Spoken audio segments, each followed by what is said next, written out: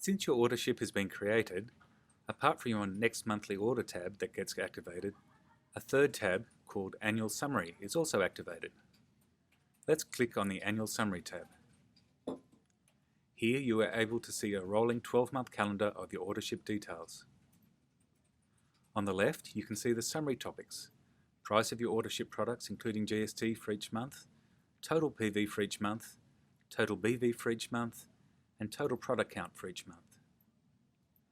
Further below, you can see the products in your Autoship listed and alongside the quantities of each of these products that you receive each month.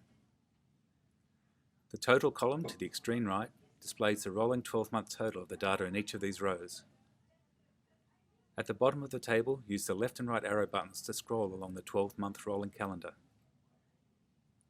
This summary is a great way to check at a glance if you are meeting your monthly personal PV to stay on top of your goals.